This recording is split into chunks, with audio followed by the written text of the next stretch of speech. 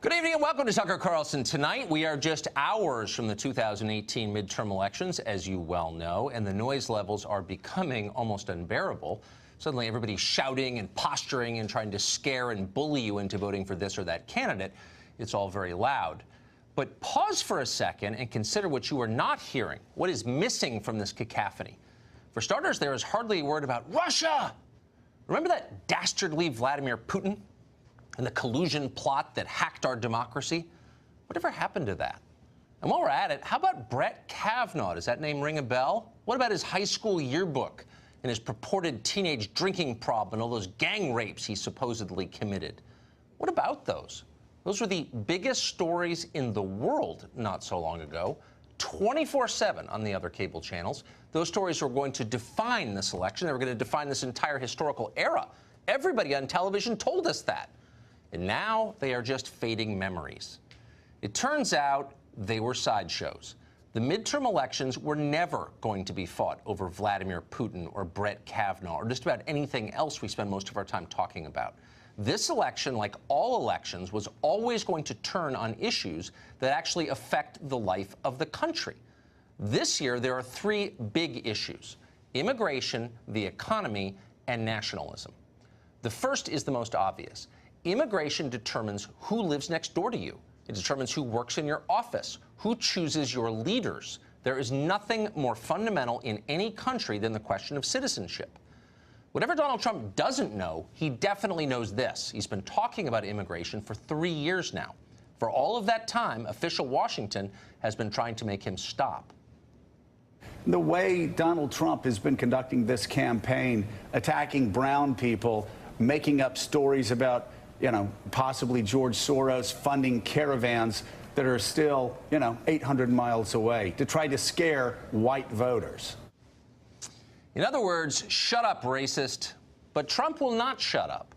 So they have changed tactics. The new line is, immigration doesn't really matter. The threat is hyped. Only dumb people and bigots care about borders. By the way, parties of both sides seem to believe this. Paul Ryan's office let it be known to Politico this morning that the Speaker of the House begged the president last night to stop yammering about this caravan from Central America and start talking about something important like Paul Ryan's tax bill. That's preemptive blame shifting, obviously. If Republicans lose tomorrow, Paul Ryan can point the finger at Trump rather than accept responsibility for not funding the wall that voters said they wanted. But it's also a ludicrous position to take because it's untrue. Immigration does matter. If, for example, Arizona and Texas go to the Democrats tomorrow, immigration will be the reason. Those were Republican states until the population changed. So no matter how much you lie about it, immigration is inherently important, and voters understand that. If you want people to stop worrying about the border, maybe you should secure the border. Then it won't be an issue. But people are also worried about other things that Washington doesn't notice or think is important. Here in Washington, the economy is synonymous with the stock market. Markets have boomed for 10 years. There are entire cable channels devoted to chronicling that boom. Here in Washington, the assumption is that the economy must also be booming.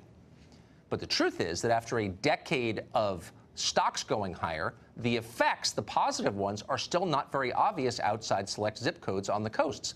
In Middle America, many young people understand that they will almost certainly make less than their parents made. That is a reversal of the American dream. They know they won't be able to buy cars or houses. They're not getting married. They're not having kids. Our current economic system makes it more difficult than ever for families to form. Our middle class is becoming unable to reproduce itself. Washington should be absolutely panicked about this. It is the most basic sign of failure, their failure. But nobody in either party seems to care. Their answer is just to import new families from other countries. So maybe it's not so surprising that young people say they like socialism, because what we have now is not working for them. And unless we fix it, we may get actual socialism, which will be a disaster. And that leads to the third issue of this election, which is nationalism. Now, despite what you are hearing day in and day out, nationalism is not a racial category. It has nothing to do with race or ethnicity.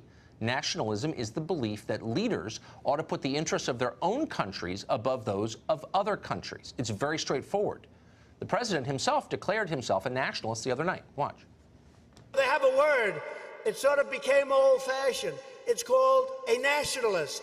And I say, really, we're not supposed to use that word. You know what I am? I'm a nationalist, okay?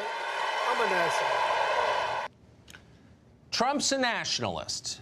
So in normal times, the President of the United States announcing that his main goal is protecting the United States would not qualify as news, because until about 10 minutes ago, every leader of every nation state throughout history has been a nationalist, almost by definition. Franklin Roosevelt was a nationalist. So was Abraham Lincoln. So was Mahatma Gandhi. So was Nelson Mandela. Nationalism has always been the rule. And why wouldn't it be? And yet suddenly, it's an abomination. Nationalist. Use that word. We're going to talk about that word tonight. It is a favorite of the alt-right and is loaded with nativist and racial undertones. And globalists, well, globalists have been used as a slur of sorts, sometimes even against those in the administration, often with anti-Semitic overtones, which has happened to make the president come right out and embrace nationalism openly and claim that mantle. What has happened here? What are you trying to say as President of the United States, that you're a nationalist? Americans know what that means. It's not even a dog whistle anymore. It's a bullhorn. Dumb people repeating the same talking points. So the message is nationalism is now profanity, the word itself. Twitter and Facebook will surely be banning the term if they haven't already. But why? What exactly is going on here? Why are they so intent on stamping out not just the concept, but the very word? It's simple. What you're watching is people protecting their own prerogatives.